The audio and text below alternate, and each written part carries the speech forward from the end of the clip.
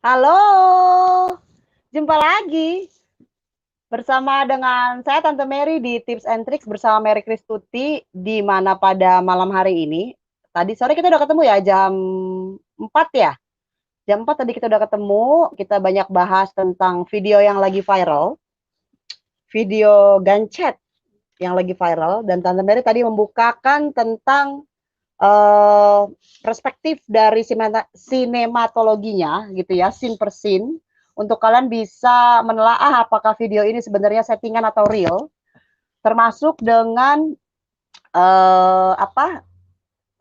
pembagian skrip sehingga bisa ketahuan sebenarnya ini skrip kah atau memang kisah nyata yang diangkat.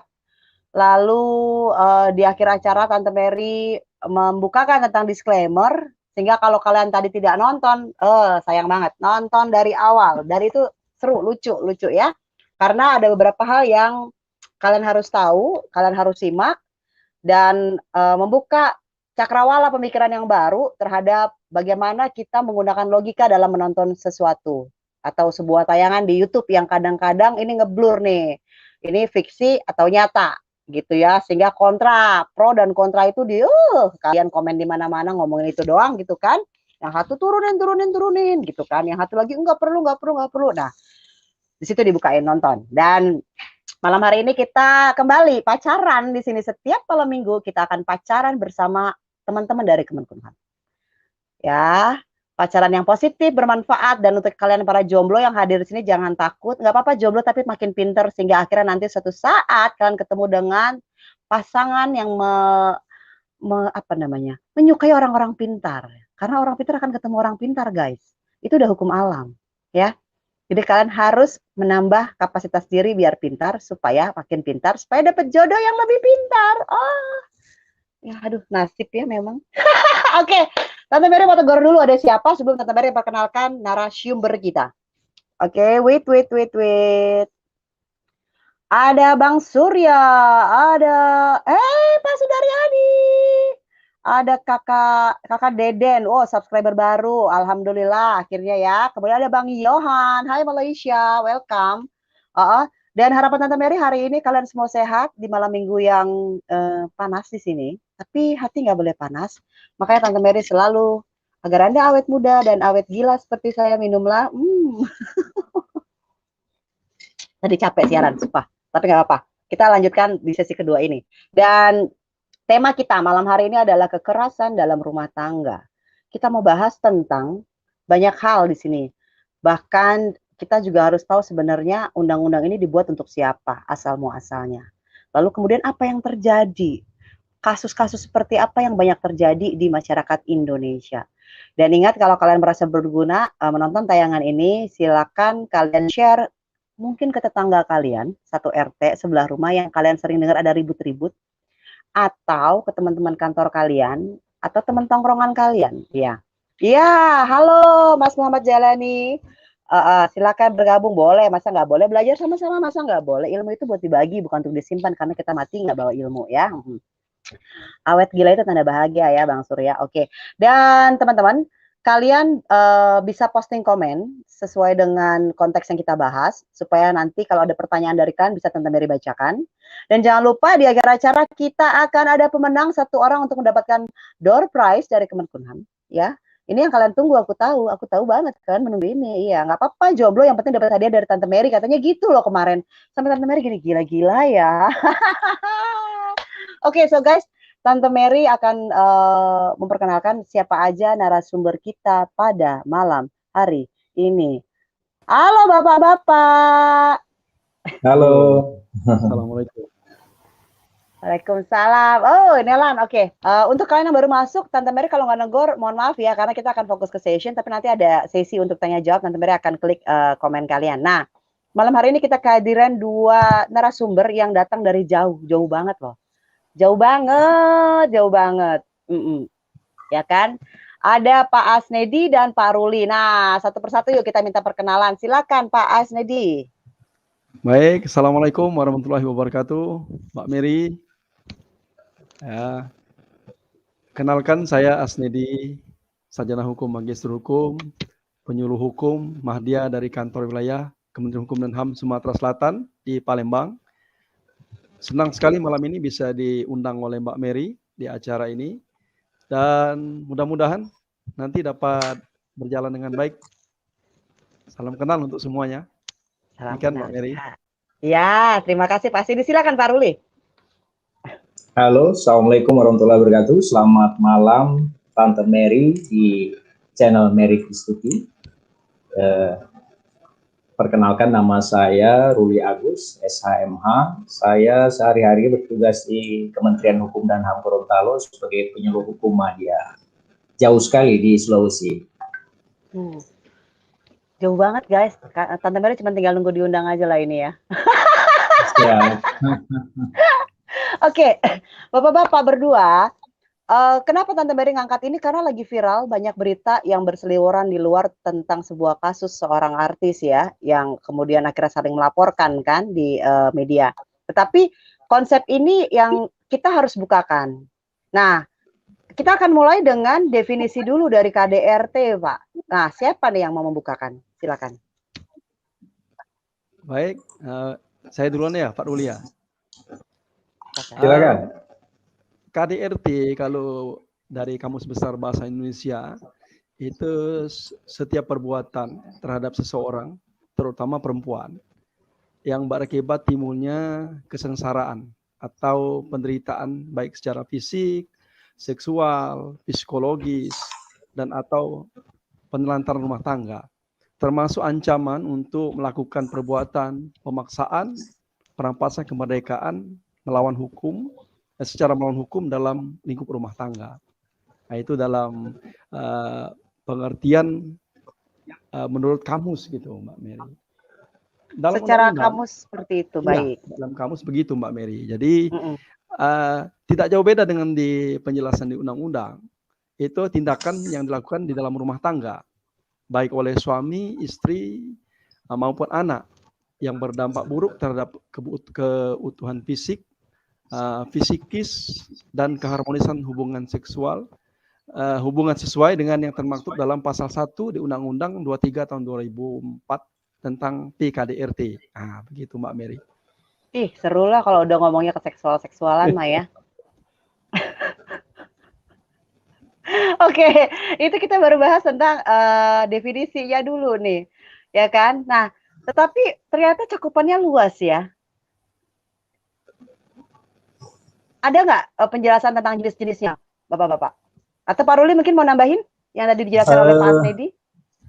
Ya, mungkin apa yang disampaikan oleh Pak Asnedi sudah cukup lengkap. Mungkin saya tambahkan aja bahwa definisi KDRT itu kalau kita bicara dari sisi terminologi tentunya penekanannya ada pada kekerasan. Kekerasan di mana? Ya kekerasan di dalam lingkup rumah tangga. Nah, kemudian ada juga selain definisi yang ada di dalam Undang-Undang PKDRT nomor 23 tahun 2004, juga ada definisi KDRT menurut Komnas Perempuan. Ya. Jadi menurut Komnas Perempuan, kekerasan,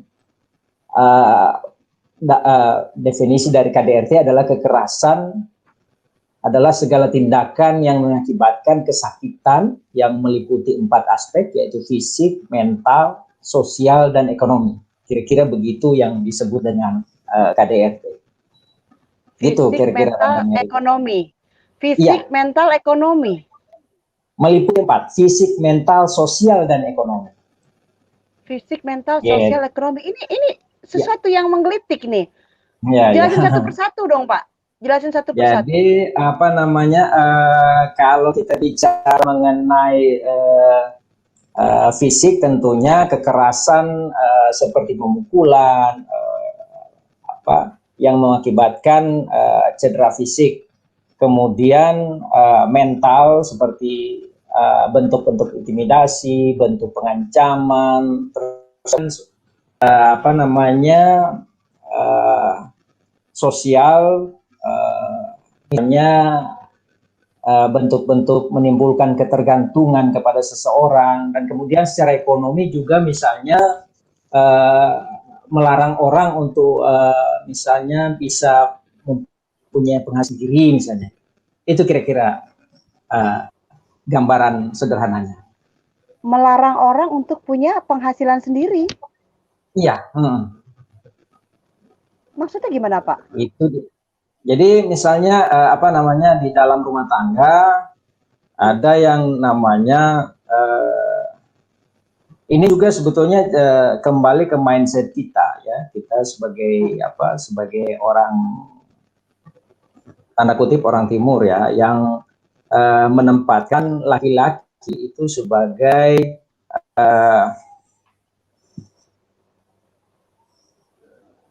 ya Silakan, Pak. Menempatkan laki-laki itu sebagai fokus di dalam rumah tangga dan kemudian menjadi sumber dari penghasilan dalam rumah tangga. Dan kemudian karena posisi itu laki-laki menjadi seperti posisinya lebih di atas daripada perempuan maupun anggota keluarga yang lain. Kira-kira begitu, Tante Mary.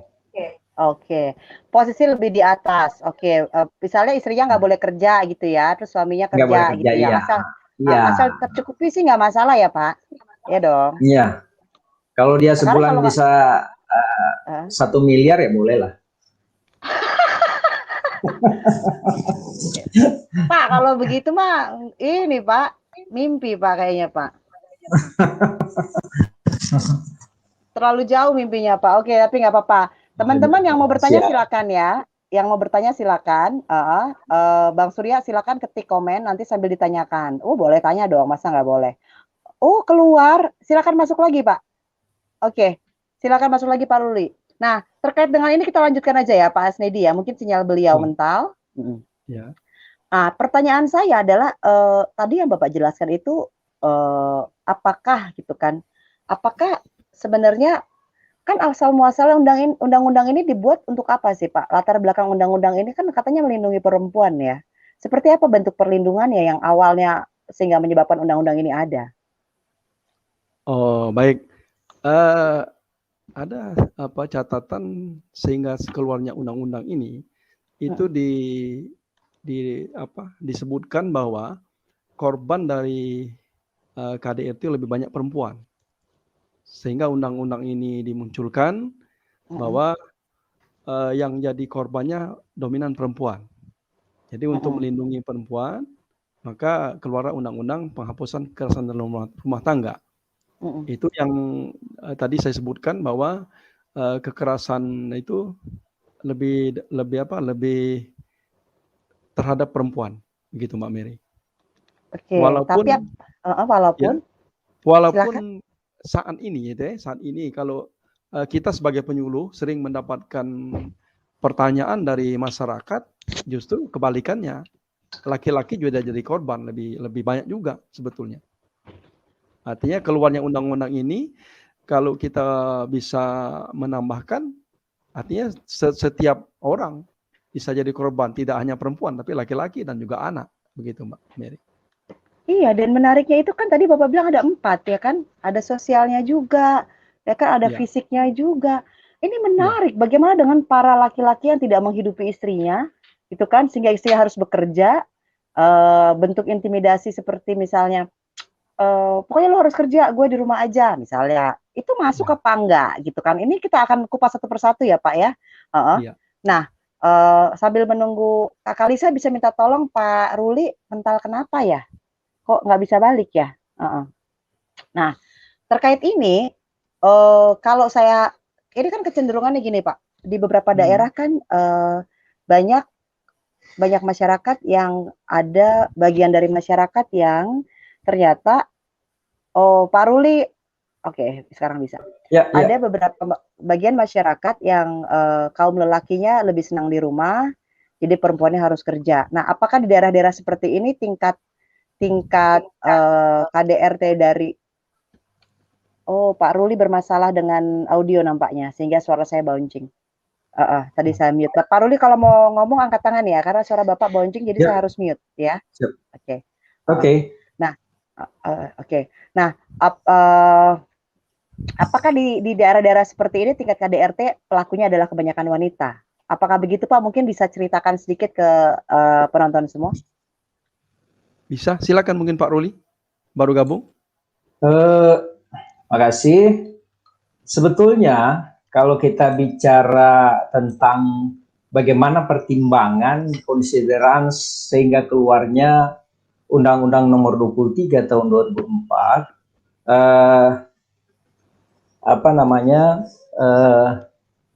ini kekerasan di dalam rumah tangga ini sebetulnya adalah bentuk pelanggaran terhadap falsafah Pancasila, Undang-Undang Dasar 45, dan segala bentuk kekerasan dalam rumah tangga itu adalah merupakan pelanggaran terhadap hak asasi manusia, kejahatan terhadap martabat kemanusiaan, serta bentuk diskriminasi yang harus dihapus. Kalau kemudian ada beberapa daerah tertentu yang masih menganggap bahwa seperti yang disampaikan oleh Tante Mary tadi, bahwa ada daerah tertentu yang perempuan yang bekerja dan laki-laki ada di rumah, itu yang sebetulnya harus kita ubah dengan undang-undang ini. Bukan merubah kebiasaan bekerja perempuannya, akan tetapi merubah tindak-tindak kekerasan yang terjadi, terutama yang terkait dengan kekerasan terhadap perempuan. Saya kira itu, Tante Mary. Nah, menariknya adalah ketika perempuan menjadi alpha female ya, alpha female nih, mengambil alih tugas laki-laki sebagai kepala rumah tangga dengan beban yang begitu berat, balik ke rumah belum tentu rumah udah bersih, bisa jadi rumah makin berantakan. Iya kan? Nah, pasti dong nama manusia normal dong punya emosi. Sekali, dua kali masih dimaklumi, 3 kali, 4 kali belum tentu jenderal. Iya. Nah, timbullah suatu percikan-percikan kemarahan yang disimpan sehingga akhirnya membabi buta, dan tidak semua orang bisa mengontrol emosi, kita tahu ya, apalagi stres dengan tagihan. Akhirnya gitu kan, keluar kata-kata. Nah, ini kata-kata yang keluar ini nih Pak, udah masuk KDRT belum Pak? Kamu pemalas, ini itu. Masuk karena KDRT itu salah satu jenisnya adalah kekerasan fisik, kekerasan psikis, ya, kekerasan psikis. Terus kemudian kekerasan verbal, kekerasan fisik, dan penelantaran. Itu yang jenis-jenis KDRT yang diatur dalam ketentuan Undang-Undang Nomor 23 tahun 2004 tentang penghapusan kekerasan dalam rumah tangga. Penelantaran termasuk dari KDRT. Berarti sebenarnya harusnya dikenain pasal KDRT si laki-lakinya karena menelantarkan, tapi karena yang bawel perempuannya juga kena gitu. Tergantung, tapi kan sebetulnya kalau kita bicara asbabun nusul turunnya undang-undang ini, memang undang-undang ini titik tekannya adalah pada kekerasan yang menimpa perempuan di dalam rumah tangga. Gitu.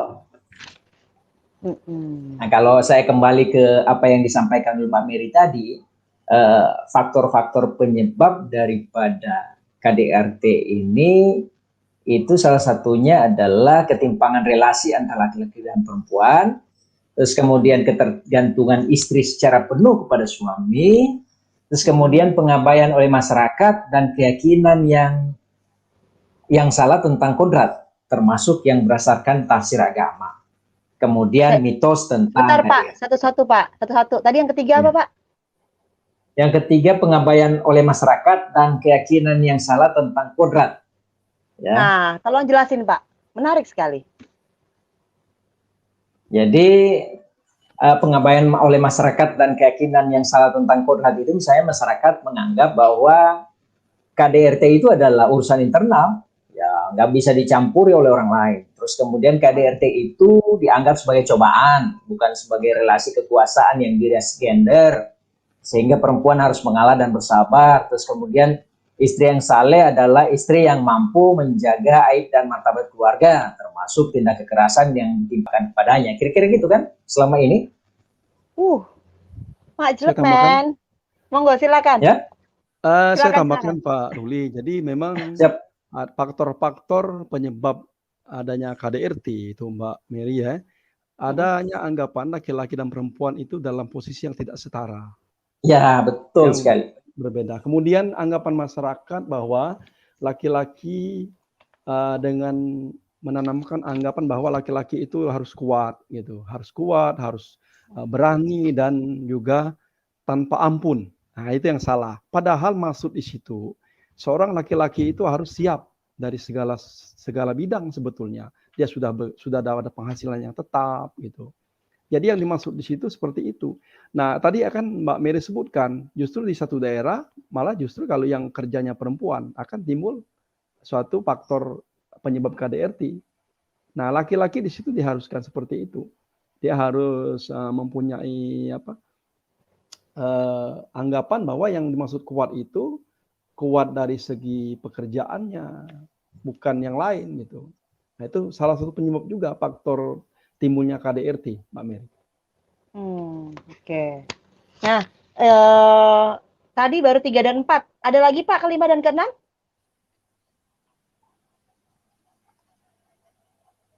Kira-kira itu secara umum faktor-faktor penyebabnya. Secara umum ya, oke. Menanggapi Ya, pertanyaan dari Bang Surya. Ini ada pertanyaan dari viewers, dari Bang Surya Mania Channel.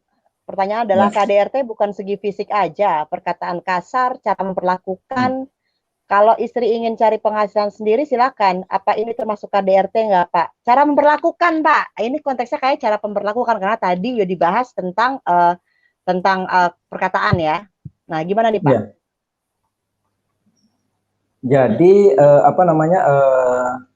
memang kalau kita bicara ke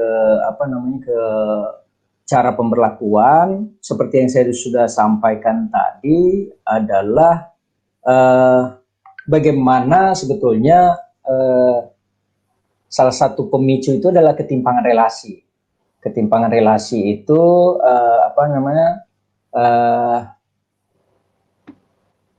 perempuan dipaksa untuk selalu mematuhi apa yang menjadi titah dari laki-laki. Terus kemudian ada faktor lain yang juga tidak kalah penting. Ya, nge-freeze Bapak. Pak Ruli. Ya. Silakan lanjutkan Pak Asni nih. Ya, jadi begini. Kalau tadi perlakuan tadi yang Mbak Mary sebutkan, dari jenis-jenis KDRT itu memang ada kekerasan finansial. Jadi jenis kekerasan ini misalkan dilakukan oleh pelaku yang mengeksploitasi, manipulasi dan juga mengendalikan korban tujuan finansial. Jadi mengendalikan dari segi finansial itu juga termasuk dari jenis-jenis KDRT. Jadi melarang korban bekerja tadi yang sebutkan Pak Ruli tadi Mbak itu juga termasuk dalam suatu jenis PKDRT. Jadi melarang korban bekerja tapi menelantarkannya. Tidak boleh bekerja tapi ditelantarkan. Atau mengambil harta dari pasangannya tanpa sepengetahuan korban. Itu juga tergolong dari tindakan PKDRT. Tapi tidak hanya itu saja. Jadi ada pun pelaku yang menjadi korban untuk bekerja dan lagi-lagi untuk tujuan finansial. Jadi orang-orang yang memaksakan sesuatu kehendaknya mengeksploitasi dari jenis kekerasan finansial. Berarti kalau mau eksploitasi artinya bisa jadi contohnya seperti ini, sang suami menyuruh istri bekerja untuk menghidupi keluarga, dipaksa. Betul, ya. Itu juga KDRT. KDRT karena memaksa. Tadi yang saya sebutkan. Jadi penyebabnya itu anggapan masyarakat laki-laki harus kuat tadi. Jadi kalau dia memaksakan mengeksploitasi untuk istrinya bekerja, perempuan dalam hal ini, maka dia termasuk KDRT, kekerasan dalam rumah tangga. Atau kalau misalnya sang suami tidak memaksa sang istri untuk bekerja, namun sang suami menyimpan sendiri pendapatan dia dan seakan-akan mewajibkan sang istri untuk menghidupi keluarga, di mana dia tidak ikut sumbangsi dalam menghidupi keluarga. Apakah itu termasuk KDRT juga? Ya. Pak Ruli, sudah bisa? Pak Ruli, welcome back. Saya belum ngeh tadi, silakan. Oke. Saya lanjut deh, Pak Ruli ya. Ya, siap. Kalau Mbak Mary saya dengar tadi bekerja ya, tapi menyimpan hasilnya sendiri yang laki-laki kan. Artinya kan tidak ada keterbukaan, ya termasuk dari kekerasan finansial juga. Kan dalam rumah tangga di situ di dalam penjelasan konsiderannya harus keharmonisan, Mbak Mary. Artinya kalau tidak sama saling jujur, nanti kan timbul juga jadi menjadi faktor timbulnya KDRT. Kalau nanti diketahui tidak jujur, sama saja sebetulnya. Menarik. Iya, karena dalam rumah tangga kan harus jujur, Mbak. Iya. Ya. Kan ada beberapa orang yang memiliki prinsip my money is my money, your money is our money. Iya, artinya kalau kita begitu ya tidak ada keharmonisan, tidak ada kecocokan, kan? Of course, ya tentu. Jadi, ya, jadi silakan, gini Mbak Tante Mary, dalam undang-undang perkawinan kita, Undang-Undang Nomor 1 Tahun 74, kita bicara sedikit menyimpang ya, itu tidak dikenal yang namanya your money is your money, my money is my money. Tapi yang ada adalah harta bersama, harta keluarga sepanjang dia masih terikat di dalam perkawinan. Itu bagian dari janji kita loh dalam perkawinan. Ya, kecuali ada perjanjian tersendiri dalam perkawinan itu untuk pemisahan harta kekayaan. Ya. Saya sedikit Pak Ruli mungkin salah paham. Sebentar, saya belum selesai. Jangan dipotong dulu biar ini nanti putus lagi channelnya. Oke. Jadi gini, apa yang disampaikan oleh Mbak Mary tadi mengenai misalnya ada seorang laki-laki atau katakan seorang suami yang tidak jujur terhadap penghasilannya. Ya, betul. Itu sebetulnya masuk di dalam kategori kekerasan dalam rumah tangga di bagian dari penelantaran. Ya, penelantaran rumah tangga itu kalau dalam ketentuan peraturan perundang-undangan, ya, dia meliputi setiap orang yang tidak memberikan kehidupan, perawatan atau pemeliharaan pada keluarga, setiap orang yang mengakibatkan ketergantungan ekonomi dengan cara membatasi dan atau melarang bekerja yang layak sehingga korban berada di bawah kendali orang tersebut. Nah, dalam poin A ini jelas kan? Jelas bahwa setiap orang yang tidak memberikan kehidupan yang cukup, ya. Padahal notabene kalau kita bicara dalam ketentuan undang-undang perkawinan maupun penjelasannya, laki-laki itu diposisikan sebagai kepala keluarga yang tugasnya juga adalah mencari nafkah. Kemudian perempuan, si ibu ini tugasnya adalah manage keluarga. Itu kira-kira kalau gambaran dalam undang-undang. Tetapi kalau kita bicara dalam konteks undang-undang penghapusan kekerasan dalam keluarga, misalnya penghasilan dalam keluarga tidak mencukupi untuk kebutuhan dalam rumah tangga, si perempuan itu dimungkinkan diberikan kebebasan untuk bisa menjadi, kasarnya bisa menjadi penunjang daripada penghasilan di keluarga untuk mencukupi kebutuhan keluarga. Kira-kira begitu. Sepakat Pak Ruli, penunjang. Ketika terjadi kata penunjang adalah menunjang, bukan bertanggung jawab utuh. Bukan bertanggung jawab. Dalam, monggo silakan. Jadi silakan. Tadi saya tambahkan dari tadi Pak Ruli menyatakan bahwa harta tidak ada yang milik, semuanya milik bersama gitu kan tadi kalau Pak Ruli bilang. Jadi memang tujuan dari undang-undang PKDRT, penghapusan KDRT ini adalah salah satunya memelihara keutuhan rumah tangga yang harmonis dan sejahtera. Artinya perlu kejujuran juga. Nah, itu perlu kita ingat bersama bahwa selain daripada mencegah terjadinya segala macam bentuk kekerasan dalam rumah tangga, tujuan dari PKDRT itu adalah juga melindungi korbannya. Juga di situ disebutkan bahwa keutuhan rumah tangga yang harmonis. Nah, harmonis kalau kita terjemahkan ya jujur suami istri gitu. Gitu, Mbak. Nggak boleh simpen punya saya biar dia yang belanja penghasilan istri, nggak boleh seperti itu. Ya giliran ada uang disimpan, gak ada utang disuruh berbagi gitu loh Pak maksudnya. Itu yang saya maksudkan. Jadi nggak bisa karena di situ juga dia harus ditindak pelaku kekerasan dalam rumah tangga. Jadi kalau ada yang seperti itu harus ditindak sebetulnya. Kalau ada terjadi hal seperti itu, karena amanat undang-undang begitu tujuannya, harus ditindak, gitu Mbak Mary.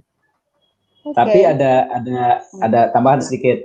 Tapi ada juga pepatah lain. Ini juga jadi salah satu pemicu terjadinya KDRT, yaitu pepatah masa lalu, ada uang abang sayang, tiada uang abang melayang. Gitu kira-kira Tante Mary. Memang kita lagi main pantun-pantunan kayaknya nih.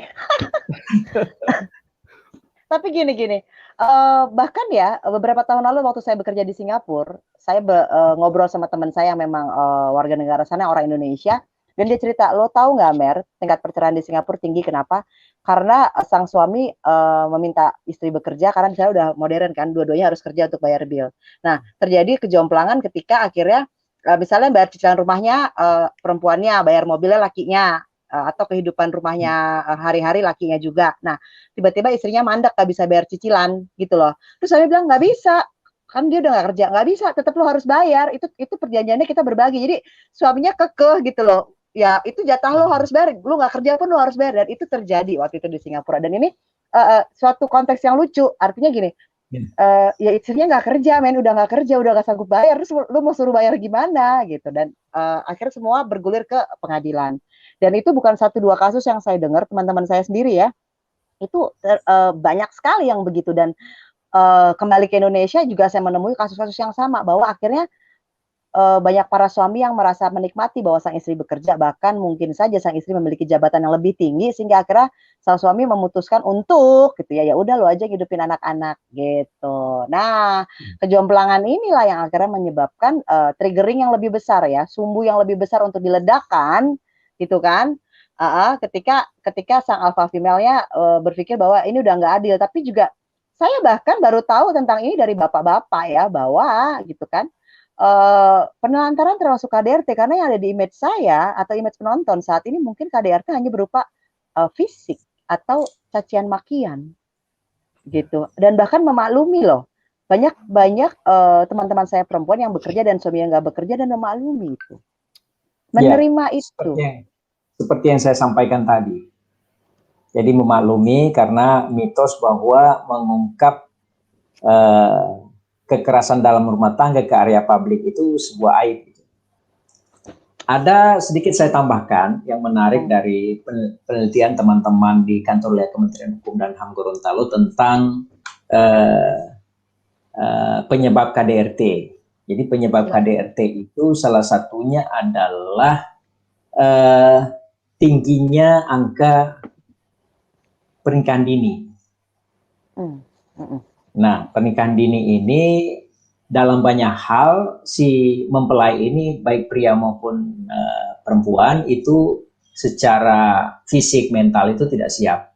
Nah, kelahiran Undang-Undang Nomor 16 Tahun 2019 tentang perubahan Undang-Undang Perkawinan yang salah satunya adalah merubah syarat untuk menikah. Jadi syarat menikah dalam Undang-Undang Nomor 1 Tahun 2000 tahun 74 itu dalam Undang-Undang Perkawinan itu adalah laki-laki 19 tahun dan perempuan 16 tahun. Nah, sekarang dengan Undang-Undang Nomor 16 Tahun 2019 tentang perubahan Undang-Undang Nomor 1 Tahun 1974 tentang perkawinan, usia perkawinan itu dinaikkan untuk perempuan. Jadi laki-laki 19, perempuan juga 19.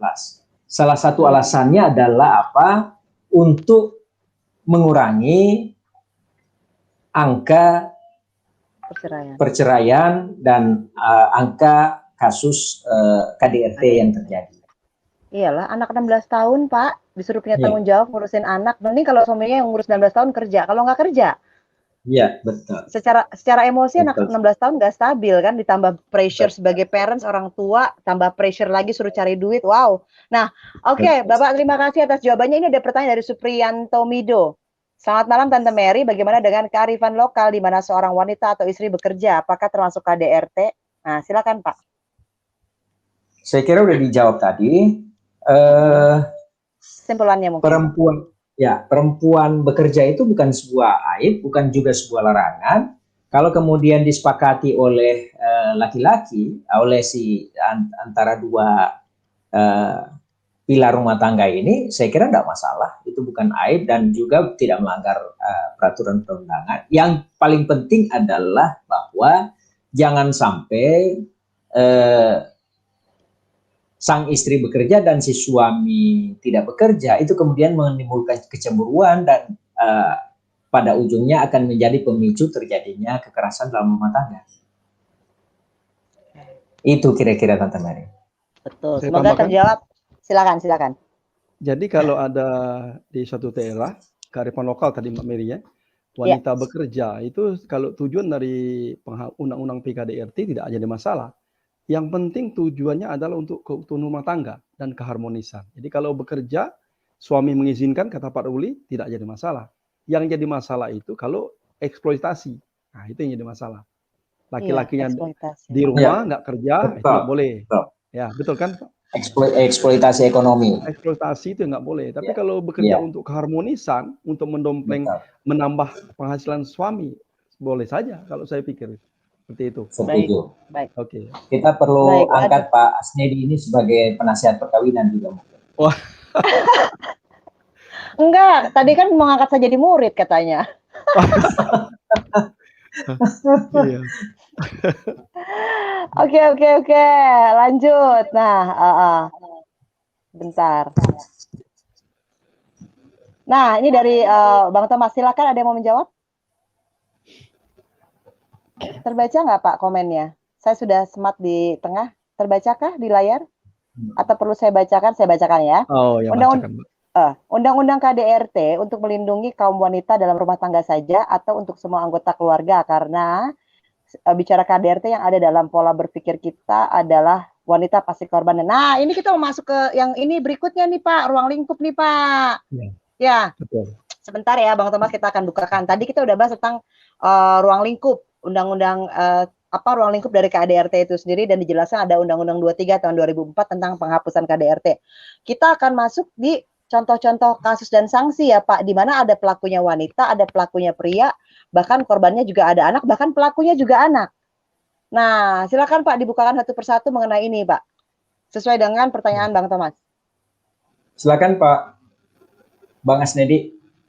Ya, jadi tadi sebentar Pak. Sebelum dijawab saya mau ngomong. Cuma ini pertanyaan kamu bagus, tapi tunggu habis ini ya. Habis ini aku sematkan ya. Bapak jangan pada ketawa. Ntar aja ketawanya. Ayo silakan dulu, jawab ini dulu. Iya, artinya begini. Dalam pasal 2 ayat 1 Undang-Undang PKDRT kan dijelaskan ruang lingkup rumah tangga maksudnya. Jadi yang inti itu suami, istri, dan anak. Itu lingkup yang inti. Kemudian ada lagi orang-orang yang mempunyai hubungan keluarga yang menetap dalam rumah tangga tersebut. Jadi mungkin keluarga terdekat yang tinggal satu rumah. Kemudian orang yang bekerja membantu rumah tangga dan menetap di rumah tangga. Itu. Jadi itu lingkupnya. Artinya apabila terjadi di lingkup yang saya sebutkan tadi, maka itu dikatakan pelanggaran PKDRT. Berarti kalau maki-maki asisten rumah tangga, marah-marahin, maki-maki tiap hari itu juga? Iya. Dia kan bekerja di rumah kita, kemudian juga menetap. Dan menetap di situ. Ya, menetap di situ kalau kita boleh Pak Ruli, bukan hanya kalau dia misalkan menetap, makan di situ, terus pulang, itu menetap juga namanya. Wow. Iya. Jadi tadi lingkupnya seperti itu. Jadi kalau ada asisten rumah tangga yang bekerja, sudah membantu di rumah, kemudian dia dimarah-marahin juga termasuk, atau dia jadi korban dari orang lain, kita juga harus mengatakan bahwa itu lingkup rumah tangga kita. Karena di pasal 2 jelas disebutkan di situ Mbak Mary. Baik. Jadi saya tambahkan sedikit. Silakan. Jadi seperti yang disampaikan oleh Bang Asnedi tadi, yang termasuk lingkup rumah tangga itu pertama suami, istri, dan anak, ya, termasuk anak angkat dan anak tiri, ya. Terus kemudian orang-orang yang mempunyai hubungan keluarga dengan suami, istri, dan anak karena hubungan darah atau perkawinan, persusuan, pengasuhan, dan pewalian yang menetap dalam rumah tangga, mertua, menantu, ipar, besan. Kemudian yang berikut adalah orang yang seperti yang disampaikan Pak Asmi tadi, ART, orang yang bekerja membantu rumah tangga dan menetap dalam rumah tangga tersebut, kerja rumah tangga. Ya, kira-kira seperti itu, Pak. Oke. Oke, cakupannya ruang lingkupnya luas ya. Jadi bukan cuma Ya. suami istri dan anak, tapi semua yang tinggal satu rumah, baik Iya. pewali, Poinnya mertua dan dia ada segala dalam macam. satu atap. Poinnya ada Iya. dalam satu atap rumah tangga. Iya, betul, betul, betul, betul. Nah, Pak, ini akan bikin kita tergelak, tapi ya nikmati saja gelakannya ya, Pak ya. Saya nggak berani nyebutin, Pak, nggak berani bacain.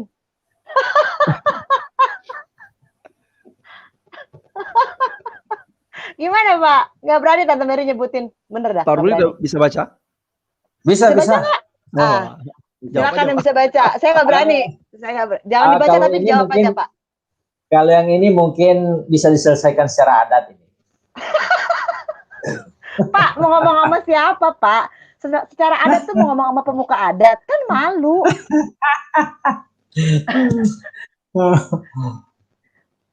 Jadi saya ingin kembali ke apa yang disampaikan tadi.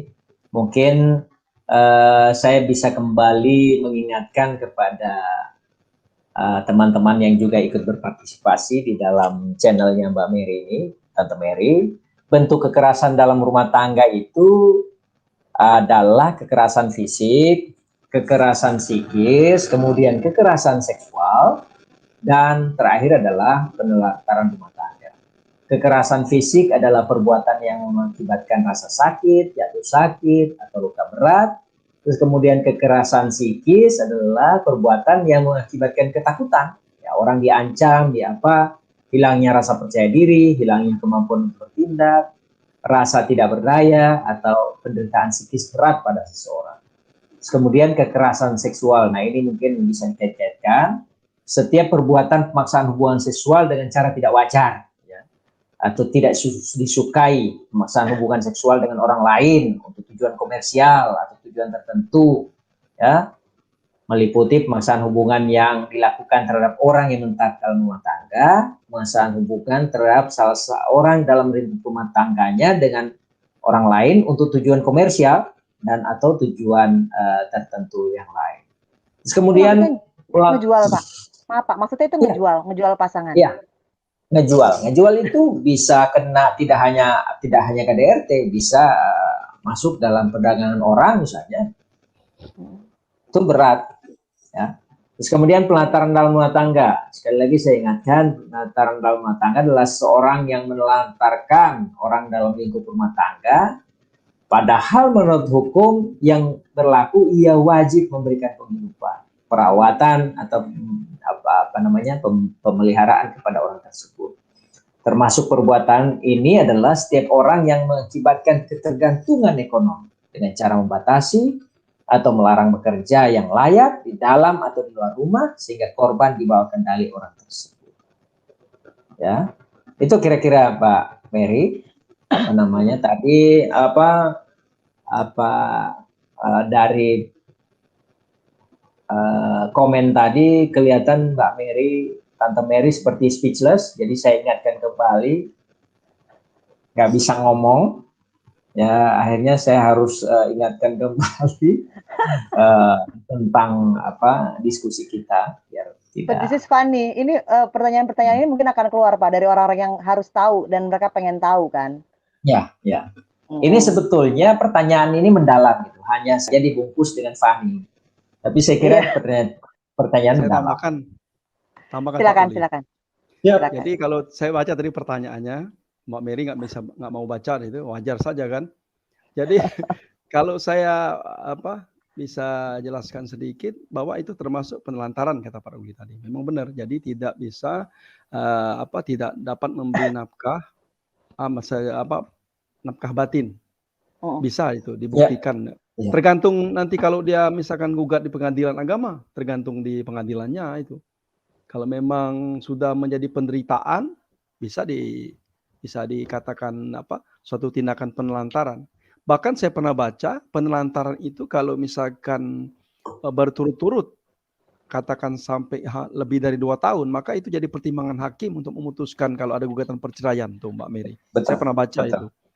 Jadi kalau karena yang ditanyakan tadi misalkan sudah bertahun-tahun dan digugat, bisa Saya jadi ketawa mulu Pak baca ini. Iya, saya penasaran juga, maka saya baca. Jadi bisa jadi itu jadi pertimbangan kalau memang hal itu menjadi penderitaan, ya kan? 2 tahun lebih misalkan jadi penderitaan, maka jadi pertimbangan. Saya pernah baca bahwa itu jadi pertimbangan hakim untuk memutuskan. Betul sekali, betul. Ya, gitu Mbak Mary. Betul. Saya tambahkan sedikit. Saya tambahkan aja ya. Ini jadi menarik ya. Kok kita jadi bahas ini terus? Saya ingin tambahkan yang disampaikan oleh Bang Asnedi. Salah satu alasan yang dimungkinkan oleh undang-undang untuk terjadinya perceraian adalah alasan ketidakmampuan biologis ya. Ketidakmampuan biologis itu bisa jadi alasan. Terus kemudian ada penyakit yang kronis, tidak bisa memberikan tidak bisa cacat permanen, terus kemudian tidak bisa memberikan keturunan. Itu juga jadi alasan yuridisnya, alasan hukum, alasan diakui oleh hukum untuk terjadinya perceraian. Kalau kita menyimpang sedikit karena dalam perkawinan. Ya, oke. Terima kasih Bapak-bapak. Ini kita udah cukup ya. Kita ke bawah lagi ya. Ya. Oke. Nah, ini ada pertanyaan lagi dari Surya Mania. Uang suami, uang istri juga. Kalau uang istri, suami nggak berhak. Tapi istri nggak boleh berani sama suami. Karena dosa istri, suami yang nanggung. Betul nggak Pak? Bapak narasumber. Nah, silakan. Pak Ustadz Ruli itu. Uang suami.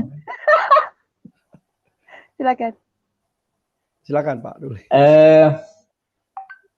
Pada dasarnya kalau kita bicara ini tidak hanya bicara dalam konteks undang-undang ANSI, tapi juga ketentuan berkeyakinan kita.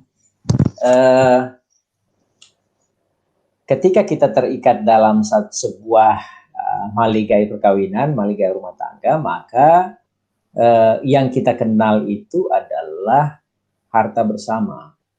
Harta bersama itu adalah penghasilan baik itu oleh suami maupun oleh istri yang terikat di dalam rumah tangga. Makanya kalau kemudian seperti tadi ada pemisahan harta, itu boleh ya sepanjang itu dilakukan dengan perjanjian kawin. Ya. Ada pranikah, memang dalam prenup ya. Iya, pranikah. Ya. Saya jadi lupa tadi pertanyaan persisnya apa tadi? Uang suami, uang istri, tapi uang istri nggak berhak oleh suami. Tapi istri harus nurut sama suami karena dosa istri adalah suami yang nanggung.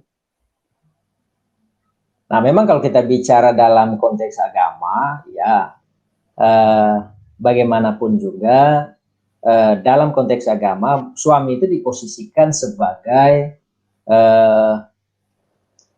kepala rumah tangga. Kan tetapi seperti yang saya sampaikan tadi, banyak hal menjadi menyimpang ketika penafsiran itu kita tafsirkan secara sempit. Penafsiran agama tadi. Kira-kira itu Mbak. Mungkin bisa ditambahkan oleh Bang Asnedi. Ditafsirkan secara sempit. Yang lebih luasnya gimana Pak? Ya. Tolong dibukakan Pak. Tadi kalau saya simak, dosa istri tanggung suami kan gitu. Iya. Nah, dosa apanya ini? Kalau penghasilan itu kan penghasilan istri suami tadi kan saya bilang. Kata Pak Ruli harta bersama. Terus istri nggak ngasih, nggak bisa minta penghasilan suami atau bagaimana maksud dosa itu kan? Artinya kalau kesalahan bekerja, dalam ini bekerja dapat penghasilan itu nggak juga dosa. Kan tadi kan kita kan konteksnya kan undang-undang ini tujuannya untuk harmonisan. Artinya kalau sudah disepakati bersama tidak jadi dosa. Kan bekerja untuk kehidupan rumah tangga biar harmonis, dan sejahtera. Kalau dari kita baca di tujuan undang-undang PKDRT gitu Mbak. Jadi jangan disebut dosa. Ini dosa apa yang ditanyakan. Jadi kalau penghasilannya sama, terus istri tidak minta kepada suami karena dia ada penghasilan, nah itu nggak ada juga suatu dosa kalau menurut saya. Sepanjang suami yang wajib memberikan nafkah kepada anak keluarga.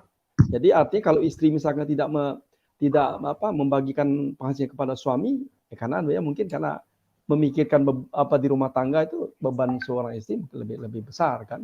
Kalau menurut saya tidak jadi dosa untuk penghasilan ini ya. Kalau tadi saya simak tadi begitu Mbak. Oke, baik. Kita lanjut dulu nih. Oke. Silakan dari Pak Sumarno Putra. KDRT tidak selalu korbannya pihak istri. Gimana pendapat bapak-bapak narasumber saat ada suami yang tertekan karena takut sama istri, istilahnya DKI, dibawa ke pihak istri? Saya komentari dulu Pak Ruli ya. Iya. Jadi karena tugas kita ini Mbak Mary memberikan informasi hukum kepada masyarakat. Jadi saya sebelum jabatan penyuluh ini saya dapatkan jadi JFT seperti sekarang. Dulu saya juga jadi penyuluh pada tahun 2005. Itu kita ke desa-desa, ke masyarakat maksudnya. Itu banyak pertanyaan yang seperti ini. Jadi kalau di undang-undang itu korbannya banyak perempuan, justru mereka kebalikannya. Banyak para lelaki, bapak-bapak yang jadi korban. Karena yang kita dapatkan infonya itu tadi, yang bekerjanya istri, suaminya tidak bekerja. Maka jadi tergantung ke istri kan. Beli rokok pun minta sama istri. Itu ada yang langsung masyarakat menanyakan hal itu. Artinya PKDRT itu korbannya yang ada infonya dominan korbannya perempuan, justru kebalikannya laki-laki. Jadi bisa jadi di bawah ketiak istri yang kata Mbak Mary DKI itu karena tidak ada penghasilan kan. Itu kalau misalkan kita lihat dari ketentuan undang-undang itu harus ditindak tuh.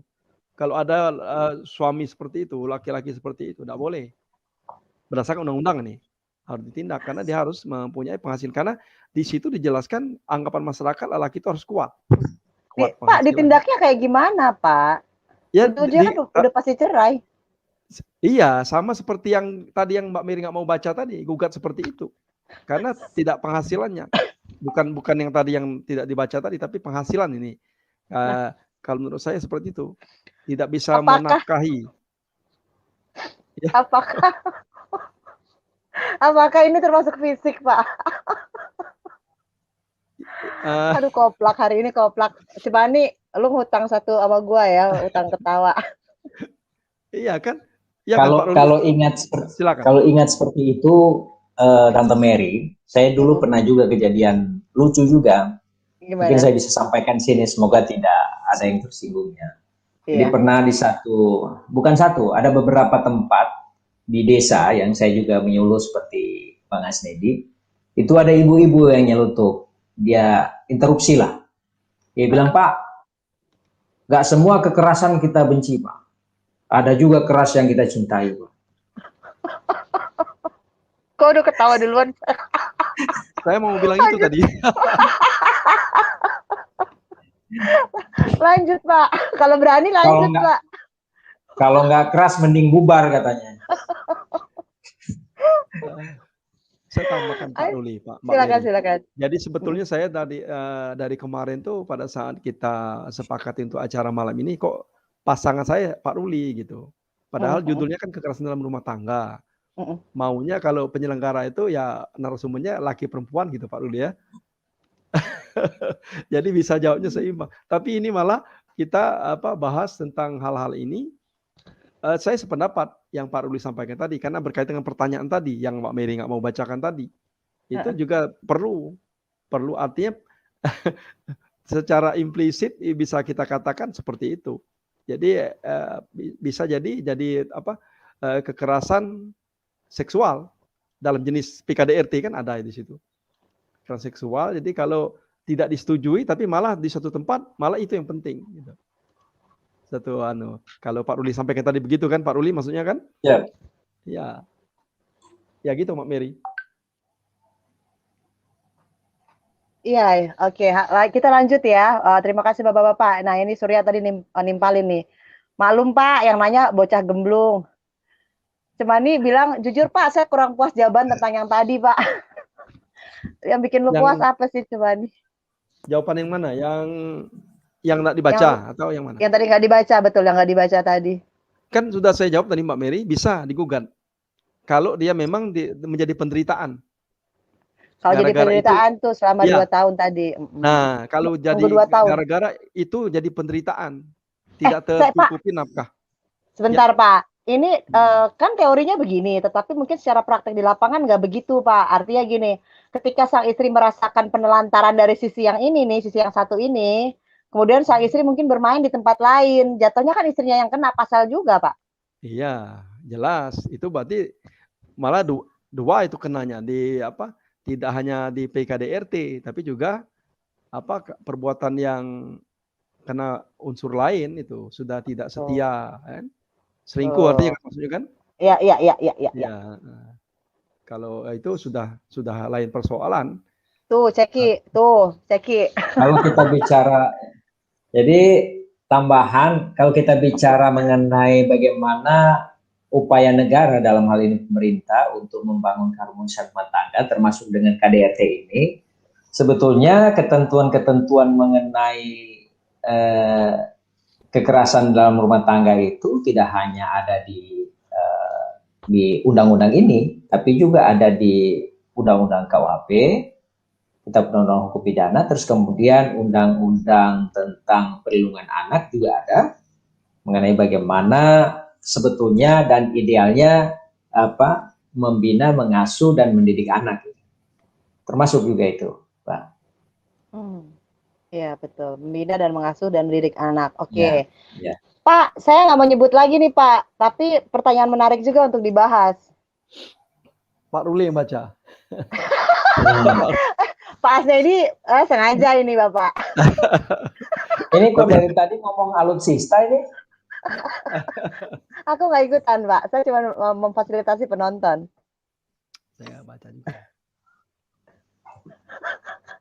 Jadi masuk ya. Jadi saya nggak baca lagi, tapi saya langsung jawab. Itu termasuk. Jadi dalam jenis kekerasan dalam rumah tangga, salah satunya adalah kekerasan seksual. Kekerasan hubungan seksual antara suami dengan istri dalam rumah tangga itu harus melalui kesepakatan-kesepakatan, ya. Tidak boleh lewat paksaan, tidak boleh lewat kekerasan. Saya kira ini yang jadi poinnya. Gitu ya, itu udah dijawab ya, Cemani ya. Jadi ingat Cemani, kalau sampai akhirnya istrinya menderita, nunggu 2 tahun katanya. Kalau soal size kan bisa dibicarakan. Cemani curhat Pak, Cemani lagi curhat, saya paham. Saya tambahkan Mbak Mary. Silakan. Bukan menunggu 2 tahun, dirasakan menderitanya gitu. Dirasakan menderitanya. Ya, jadi pertimbangan hakim itu kalau memang sudah dilampaui seperti itu. Artinya pertimbangannya kan 2 tahun, bukan menunggu. Tapi kalau memang yang ditanyakan itu jadi penderitaan, ya jangan nunggu lama-lama gitu kan. Karena kata Pak Ruli tadi harus persetujuan bersama gitu ya Pak Ruli ya. Nggak bisa ada unsur pemaksaan. Karena di PKDRT juga disebutkan itu tidak boleh ada pemaksaan sehingga menderita. Kan ada tadi di awal kita sebutkan tidak boleh ada penderitaan. Kalau jadi penderitaan maka bisa mengurangi keharmonisan. Betul sekali. Ya. Sepakat. Oke. Nah, ternyata penonton sampai menanggapi nih pertanyaannya si Mas Ceki nih ya. Mas Ceki, kalau seperti itu kan anugerah, sesuaikan kondisinya kalau mau nyari apaan sih biar nggak disomasi. Kalian koplak. Oke. Lanjut Pak, dari Bang Thomas, KDRT perampasan kemerdekaan dalam rumah tangga terkadang menjadi hal paling sering terjadi, sangat luas maknanya karena tidak ada batas jelas. Kemerdekaan dalam rumah tangga itu meliputi apa saja, Bapak? Nah, silakan Pak. Silakan Pak Asnedi kalau mau jawab dulu. Jadi gini, tadi yang saya sebutkan tadi Mbak Mary ya, jawab pertanyaan dari Pak Thomas ya. Jadi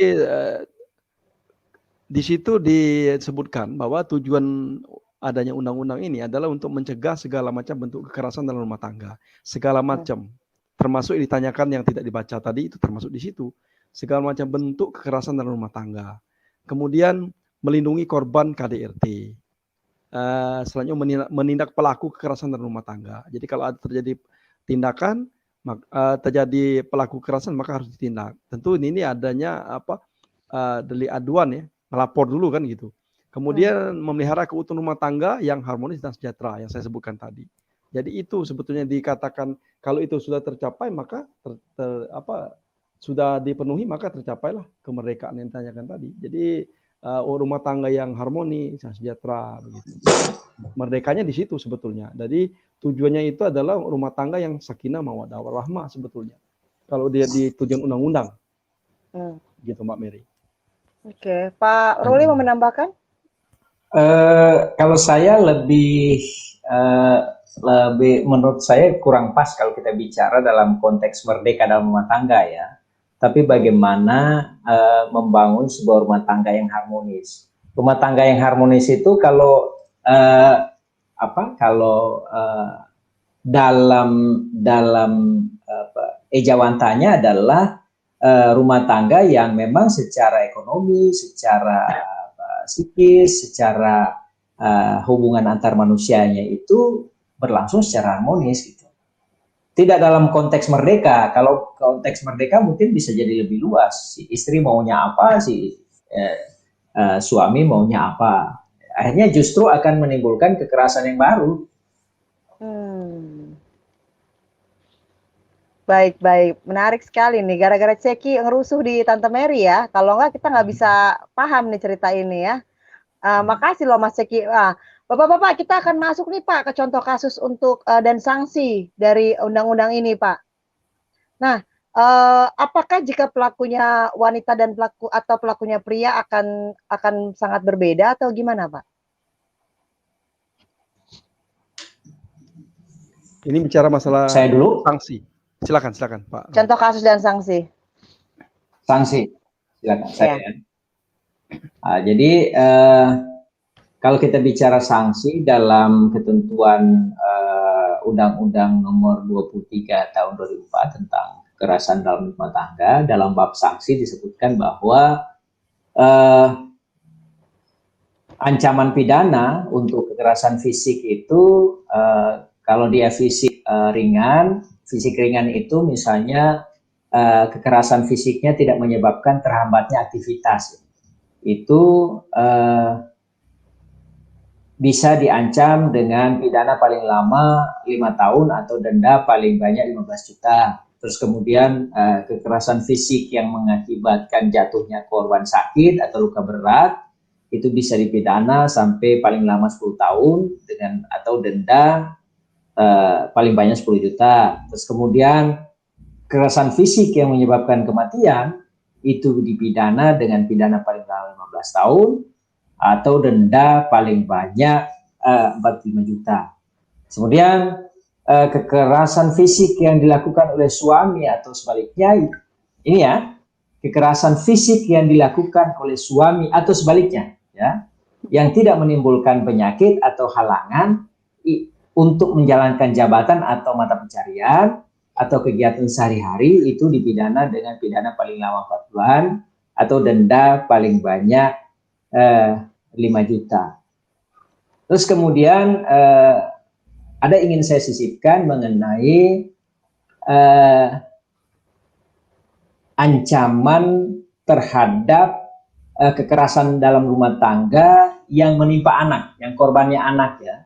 Jadi untuk korban anak ini itu ada ketentuan tersendiri di dalam Undang-Undang Perlindungan Anak, yaitu Undang-Undang Nomor 23 Tahun 2002, itu apabila pelakunya adalah orang terdekat, misalnya orang tua atau orang dalam rumah, itu bisa ancamannya bisa ditambahkan 1/3 daripada ancaman yang ada. Kemudian ancaman itu juga ditambahkan 1/3 kepada pelaku yang residif, artinya pelaku yang pernah diputus pidana untuk kasus yang sama. Oh, oke. Saya kira itu. Terus untuk psikis, jadi untuk psikis ya kekerasan psikis dalam lingkup rumah tangga dipidana paling lama 3 tahun dengan denda paling banyak 9 juta. Dan apabila kekerasan psikis dilakukan oleh suami atau sebaliknya yang tidak menimbulkan penyakit atau halangan, ya dipidana paling lama 4 bulan atau denda paling lama paling banyak 3 juta.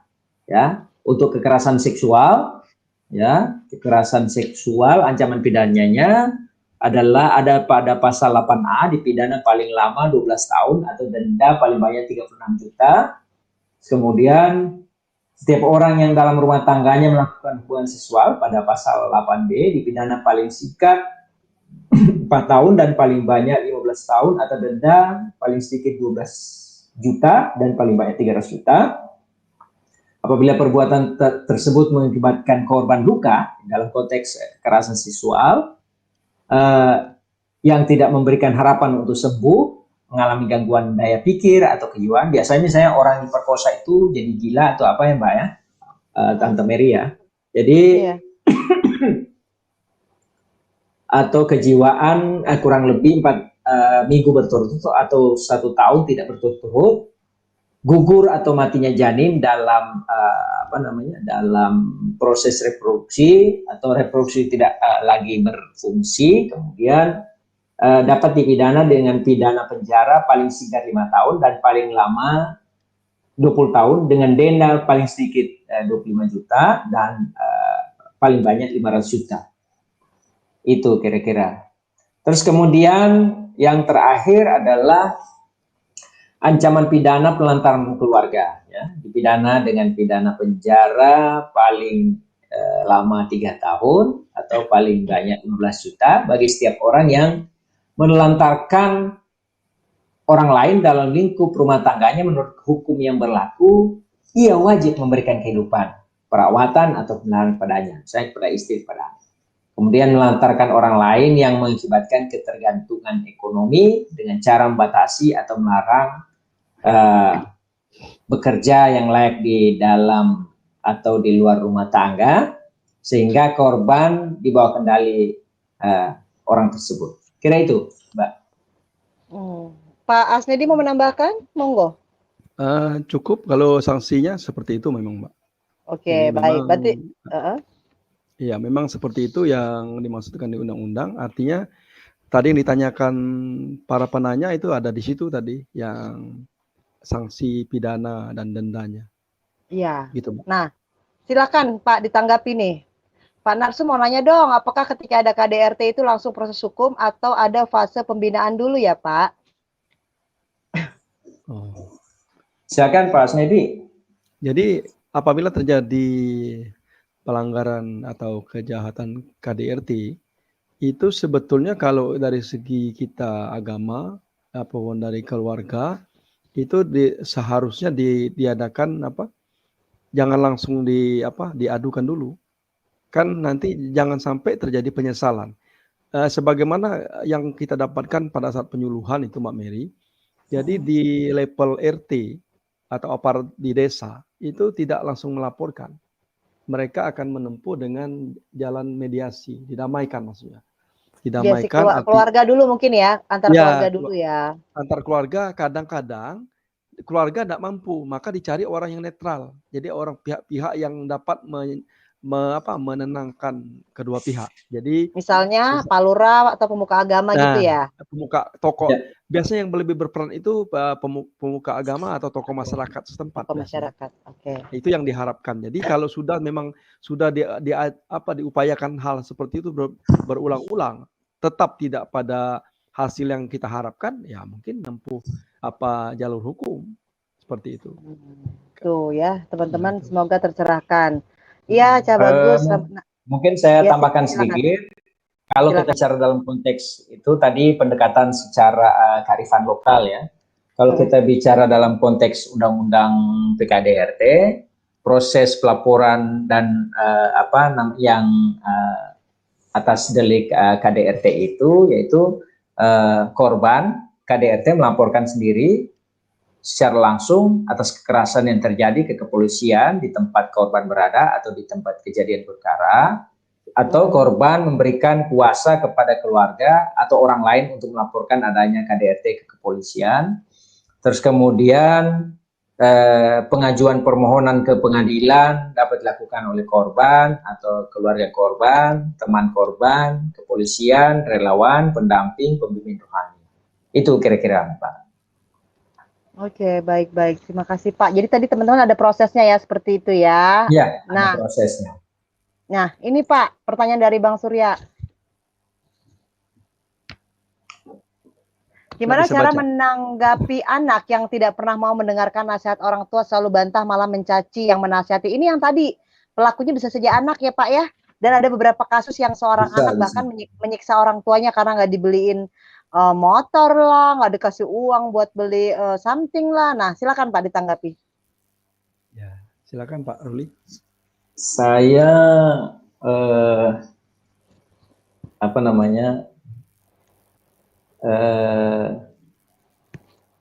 ingin sedikit memberikan tips ya.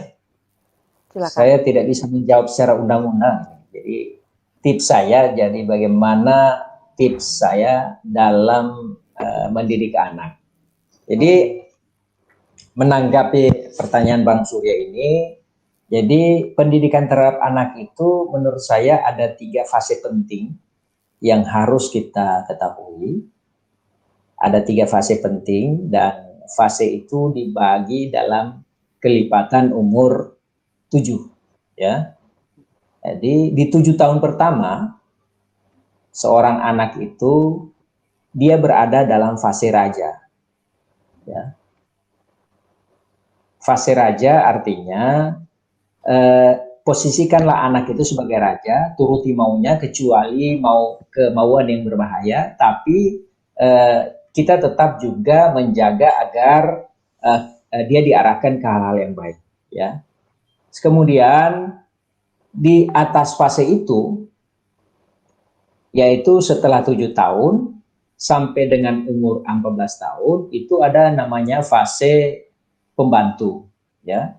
Jadi fase pembantu ini kita harus mulai membiasakan anak kita untuk diperintah, disuruh melakukan sesuatu untuk kemajuan dia. Misalnya disuruh belajar, disuruh misalnya bersih-bersih rumah, disuruh bantu orang tua atau apa. Dan terakhir di setelah fase 7 sampai 14 tahun itu adalah fase teman. Jadi fase setelah ini adalah bagaimana kita membangun komunikasi, membangun hubungan dengan anak itu seperti ibaratnya kita berteman dengan orang lain. Nah, fase-fase ini yang akan kemudian membentuk seorang anak menjadi pribadi yang tangguh. Dan saya yakin kalau fase ini kita lewati dengan baik, tidak akan terjadi anak mencaci orang tua. Dan fase ini kalau saya kaitkan dengan konteks dalam hadis, ya, ada hadis yang menyebutkan bahwa setelah 7 tahun suruhlah anakmu untuk sholat. Ya. Ada kan?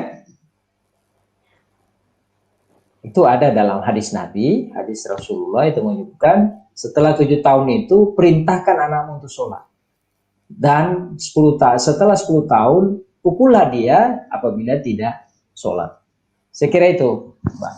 Dan kalau fase-fase yang saya sebutkan tadi kita jalankan dengan baik, saya yakin tidak akan mungkin ada anak yang membantah atau anak yang mencaci orang tuanya. Karena ini saya praktekkan juga di rumah, Pak. Ya, saya tambahkan, Mbak Mary. Silakan. Sebagaimana tugas kita di dalam SK sebagai seorang penyuluh, memberikan informasi hukum itu kepada masyarakat, kami mengawali semua itu di sekolah. Artinya pada saat kami penyuluhan di sekolah, bisa ke tingkat SD, SMP, atau SMA, itu selalu kami sampaikan Undang-Undang 35/2014 itu tentang hak dan kewajiban. Jadi kita giring anak-anak itu menjelaskan haknya dulu. Kita jelaskan haknya dulu, nanti di akhir kita sebutkan kewajiban. Jadi kewajiban itu Dia setelah dia beribadah, yang kata Pak Ruli sholat tadi, kemudian dia patuh kepada kedua orang tua dan guru. Nah, itu selalu kita sampaikan. Karena kenapa dikatakan orang tua dan guru? Pada saat anak kita sekolah itu, yang ganti kita orang tua itu adalah guru di sekolah. Sehingga kita harapkan disiplin pada anak itu akan muncul.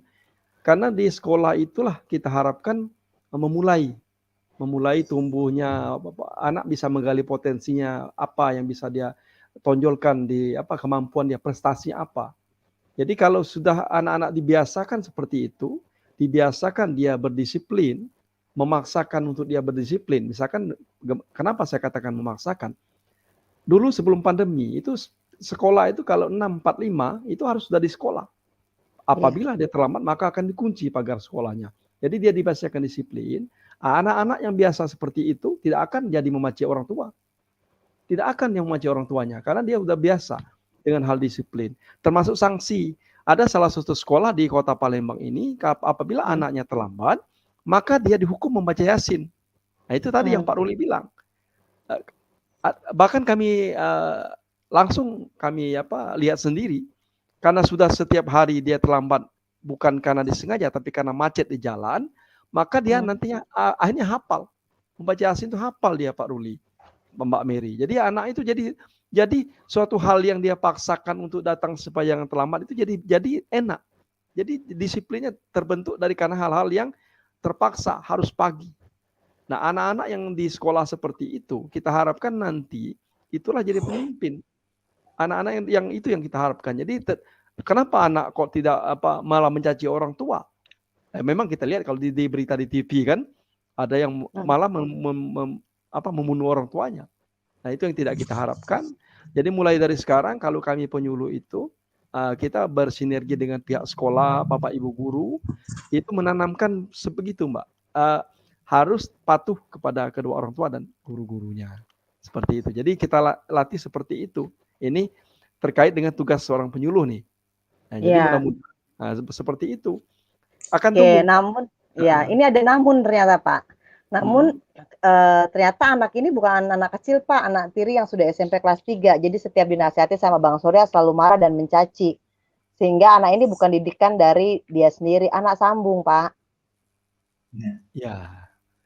Kadang-kadang anak itu pendekatan personal. Mungkin perlu kalau di sekolah itu ya. Kalau ini masih sekolah nih. Masih sekolah nih SMP anak. SMP kelas 3. Di sekolah itu kan ada guru BK. Itu guru BK itu nanti berperan seperti itu. Dia akan konseling kepada anak. Bisa jadi dia karena korban bully. Maka dia cenderung bersifat seperti itu. Iya. Bisa jadi dia seperti itu. Mungkin dibully bukan karena orang tuanya, mungkin dari temannya, dari orang lain bisa jadi. Jadi ada itu didalami didalami dulu. Nah, itu itu didalami. Jadi artinya guru BK itu di sekolah itu kan akan konseling kepada anak. Kenapa? Jadi pihak orang tua yang Bang Surya tadi tanyakan itu laporkan kalau dia di sekolah. Jadi beritahu gurunya sehingga akan dianukan anak itu. Diteliti maksudnya, di konseling oleh gurunya. Iya, di konseling. Iya, nah, Pak Ruli mau nambahin silakan. Kasihan ya kayaknya Bang Surya. Dia bilang jadi curhat katanya. Nggak apa-apa curhat di sini aja. Nggak apa-apa. Ini menarik. Saya sampaikan saja apa yang disampaikan oleh Pak Bang Asnedi tadi, Tante Mary. Jadi khusus untuk anak sambung, anak tiri tentunya, dari perkawinan sambung tentunya, itu memang seringkali kita mengabaikan pembicaraan-pembicaraan menuju ke arah lahirnya sebuah perkawinan adalah bagaimana posisi kita terhadap anak sambung. Ya, seringkali kita mengabaikan itu. Misalnya kita cuma ngomong bagaimana nanti ke depan kita setelah menikah, tapi kita jarang juga membicarakan bagaimana nasib anak sambung ini, bagaimana posisi si laki-laki sebagai ayah sambung, bagaimana posisi si tugas dan tanggung jawab si laki-laki sebagai ayah sambung dan tugas dan tanggung jawab perempuan sebagai ibu kandung atau sebaliknya gitu. Itu yang tidak tuntas dibicarakan. Nah, komunikasi seperti ini itu harus dibangun di dalam kita membentuk rumah tangga, apalagi rumah tangga yang memang sudah ada bawaan gitu. Betul. Betul. Sepemahaman. Oke. Ya, silakan Mas Deden. Ada pertanyaan berikutnya nih, Pak. Dari Bang Thomas lagi, Undang-Undang KDRT ini terlihat hebat, luar biasa, menaungi dan melindungi pasangan agar jauh dari kekerasan. Tapi mengapa saat pasangan selingkuh cuma 9 bulan kurungan aja, Pak? Dan itu pun kalau terbukti. Piye, Pak? Jangan nangis lah, aku pening lah. Silakan, silakan.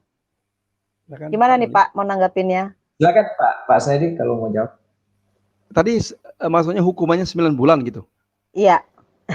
Oh, jadi kalau apa, hukuman itu, kalau saya pernah tugas di lapas ya, Mbak Mary ya, 9 bulan itu jangankan 9 bulan, hukuman 1 hari pun kalau kita memang terlalu lama sebetulnya 1 hari. Jadi orang-orang yang melakukan perbuatan yang ditanyakan itu ya apa, istri yang selingkuh karena salah tadi ya, itu yang lebih berat bagi orang pelaku itu apa, hukum dari lingkungan, dari masyarakat sebetulnya.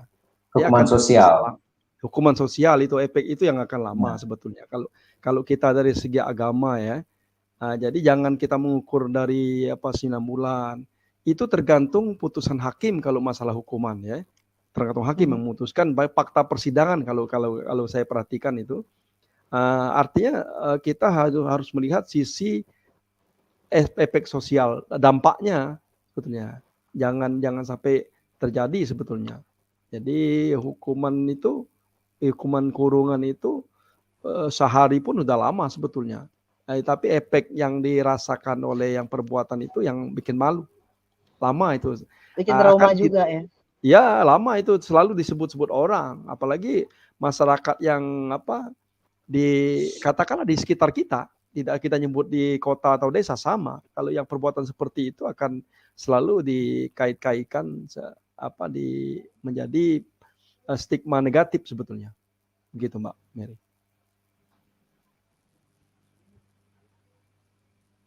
Iya, baik. Terima kasih Pak. Sorry ada gangguan. Nah, teman-teman ini sesuatu yang memang perspektif yang cukup luas karena yang bertebaran di masyarakat hanya sekedar dari suami ke istri dan biasanya rata-rata pelakunya adalah suami, padahal kenyataannya di lapangan tidak seperti itu ya.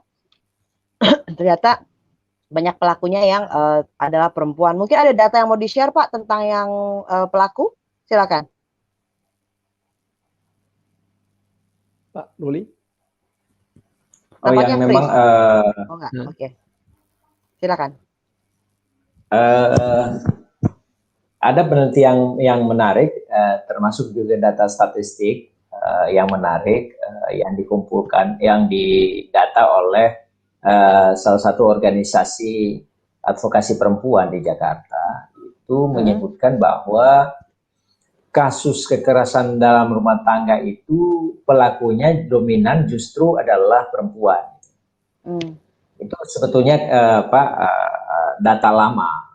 Akan tetapi menarik kemudian ternyata dari hasil penelitian kenapa perempuan yang lebih banyak menjadi pelakunya, karena memang kebanyakan pelaku itu adalah orang yang waktunya lebih banyak di rumah, lebih banyak di rumah. Contohnya ibu rumah tangga misalnya, dan kekerasan itu, korban kekerasannya adalah asisten rumah tangga atau anak-anak yang ada di rumah itu. Kira itu. Baik ya.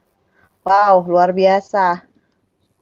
Lumayan berpikir saya. Nah, kemudian sekarang Pak, kalau ternyata di sekitar kita ada kejadian seperti ini, kemana kami harus mengadu dan peran serta masyarakat seperti apa? Ya, memang penting peran serta masyarakat. Masyarakat bisa membantu untuk minimal menjaga atau mencegah jangan sampai tindak pidana kekerasan di dalam rumah tangga itu terjadi. Kemudian sedapat mungkin bisa memberikan perlindungan kepada korban, ya. Terus kemudian memberikan pertolongan darurat kalau memang dimungkinkan, dan apa namanya yang terakhir adalah membantu untuk melaporkan, ya, karena sebetulnya kekerasan dalam rumah tangga ini sepanjang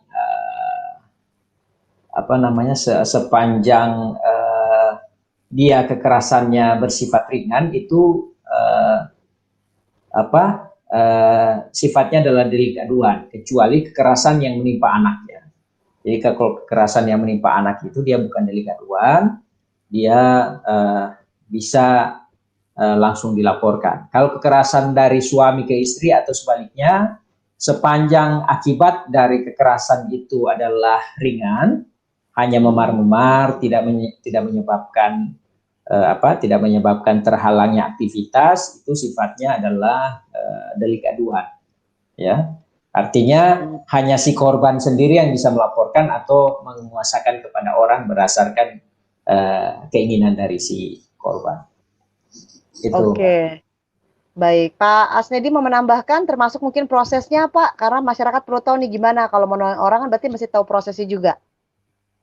Ya, baik Mbak Mary. Jadi terkait dengan yang disampaikan oleh Pak Ruli tadi bahwa PKDRT itu kan penghapusan kekerasan. Artinya kalau kata-kata kekerasan itu dia deliknya delik aduan.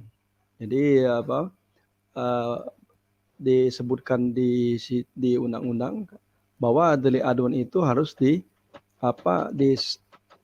ada pihak yang menyampaikan pengaduannya. Kemudian prosesnya kalau memang sudah terjadi itu tentu saja misalkan terjadi penganiayaan ini, ya, khususnya korbannya misalkan wanita, maka dia harus kalau memang tidak bisa ditempuh dengan jalur didamaikan misalkan, kalau udah sering maka itu ke kantor polisi. Kantor polisi kemudian nanti akan keluar laporan polisi. Mungkin di kepolisian akan dimintakan visum, ya, visum sebagai alat bukti, menjadi alat bukti, kemudian akan dilakukan pemeriksaan oleh penyidik seperti itu. Jadi proses seperti itu. Kalau memang dirasakan tidak bisa berdasarkan undang-undang, nanti di kepolisian biasanya khusus itu ada unit khusus untuk melakukan pemeriksaan BAP untuk kasus-kasus KDRT ini. Termasuk visum juga mungkin diarahkan dari polisi ya, Pak ya? Ya, itu polisi yang akan memberikan. Biasanya kalau pihak yang memberikan visum, dokter rumah sakit itu ada surat dari polisi baru dilakukan itu. Jadi yang lebih jadi nggak bisa visum mandiri gitu, maksudnya kan kebanyakan orang akhirnya visum mandiri, Pak. Nganggap visum dulu baru lapor, jadi visum dulu sendiri baru lapor ke polisi. Saya pernah ada suatu contoh ya, waktu itu saya pernah kalau terjadi kekerasan itu kan kadang-kadang bukan visum, dipoto dulu. Misalkan memar nih, dipoto dulu. Jadi sebetulnya kalau memang memar ataupun tanda-tanda itu kalau di visum masih ketahuan juga. Tapi kan kita kadang-kadang kita foto kekerasan gitu kan. Di selebriti kalau saya lihat di pemberitaan kan begitu Mbak, difotoin itu. Iya, ada bukti. Nah, seperti itu. Ya, tapi yang perintah visum itu dari kebanyakan dari penyidik, dari polisi yang minta visum, sehingga dijadikan alat bukti. Nah, seperti itu. Oke, jadi itu ini mungkin itu tips saja, Tante Mary, tips saja, jangan sampai bukti fisik kekerasan itu sampai hilang. Itu mungkin bisa difoto dulu untuk supaya biasanya kan lebam-lebam atau biru-biru itu cepat hilang. Nah, itu difoto dulu. Kemudian nanti di kepolisian nanti diarahkan ke visum, ya. Dan untuk saya sedikit menambahkan mengenai pembuktian kekerasan dalam rumah tangga, ya. Dalam undang-undang ini dikatakan bahwa satu alat bukti saja sudah sah. Jadi misalnya saksi itu cukup saksi korban saja yang mengalami kekerasan dan ditambahkan dengan alat bukti yang sah yang lain seperti surat petunjuk atau keterangan ahli, ya. Jadi mungkin ditambahkan dengan visum itu sudah merupakan bukti yang cukup. Itu, Mbak. Oke, saksi korban ya, baik-baik. Bapak-bapak, ini adalah last question ya, pertanyaan terakhir dari Mas Ya. Surya. Gimana nih, ibunya aja udah nyerah, sekolah juga udah mau ngeluarin. Waduh, complicated banget. Ini tentang anak ya? Yang tadi Pak, anak SMP, anak tiri, anak sambung, kelas yang 3, anak apa yang nggak patuh sama orang bantah, tua tadi ya? ya yang bantah terus, betul. Ya. Pak Ruli mau tanggapi dulu? Boleh. Jadi apa namanya? Kalau kita bicara mengenai anak, seperti yang saya sudah sebutkan tadi, tidak hanya bicara dalam konteks perlindungan, tidak hanya dalam konteks undang-undang KDRT, tapi juga ada undang-undang perlindungan anak mengenai bagaimana hak anak untuk mengembangkan diri, ada juga dalam undang-undang hak asasi manusia, dan kemudian ada undang-undang lain, ketentuan lain yang menyebutkan bahwa kewajiban pemerintah di dalam memberikan pendidikan adalah salah satunya adalah kewajiban untuk memberikan pendidikan gratis selama 12 tahun pertama. Nah, tinggal mekanismenya seperti apa itu hanya soal saya kira hanya soal teknis di lapangan, Pak. Tapi ketentuan undang-undang, kalau kita bicara undang-undang, itu anak ini kan sebetulnya aset bangsa. Jadi jangan kita pandang anak hari ini ketika dia masih kecil, tapi pandanglah dia ketika 20 tahun yang akan datang, dia mungkin yang nanti akan menjadi pemimpin, dia yang menjadi pengelola negeri ini barangkali. Kira itu, Mbak. Ini loh, anaknya perempuan ternyata, Pak Ya. Ini ada faktanya berarti ya? Terjadi ya? Ya, ini kejadian nyata. Biasanya yang penonton saya ungkapkan itu semua kejadian nyata yang mereka alami dan mereka nggak tahu harus cerita sama siapa, Pak. Ya, tapi saya tambahkan Pak Ruli ya, Mbak Mary. Terhadap anak ini di keluarga lah sebetulnya tempat yang terbaik bagi anak. Jadi bagaimanapun kejadian yang diungkapkan oleh Pak Surya itu di keluarga. Jangan sampai si anak jadi merasa salah tidak dia. diterima. Jadi dia kalau bisa ada masalah dia curhatnya dengan orang tua atau saudara yang di rumah. Jadi jangan sampai dia nanti curhatnya ke orang lain. Khawatirnya gini, anak-anak kan sangat rentan untuk labil dia. Kita kan sekarang kalau kita kaitkan dengan kondisi negara darurat narkoba ini, anak-anak seperti ini bahaya kalau dia curhatnya keluar. Makanya kalau terhadap anak ini sebetulnya di dalam keluarga yang punya kewajiban untuk memberikan nasihat, memberikan asuhan kepada si anak. Bagaimanapun kondisinya. Bisa jadi kata Pak Ruli tadi, kita bisa mungkin ke dinas sosial. Kan ada di situ penampungan anak dididik ya, mungkin dengan bagaimana metodenya ya. Yang penting jangan sampai si anak nanti justru akan menjadi beban. Kan masih juga disebut-sebut kita, walaupun katanya tadi anak angkat. Jadi anak sambung bukan anak angkat. Anak sambung. Oh iya. Dia sama. Kalau sudah dalam satu rumah itu anak. Tidak ada kata-kata lagi di belakangnya. Nah, kan iya, nggak boleh, betul. Nggak boleh. Dan ini mungkin memang sedikit ingin saya tambahkan, mengenai ada yang terlupa mengenai selain kita untuk kasus kekerasan dalam rumah tangga, selain kita melaporkan ke pihak kepolisian terhadap kasus itu, kita juga bisa melaporkan dan meminta pendampingan kepada lembaga yang namanya P2TP2A. Nah, P2TP2A ini ada di tingkat provinsi maupun kabupaten kota di setiap daerah.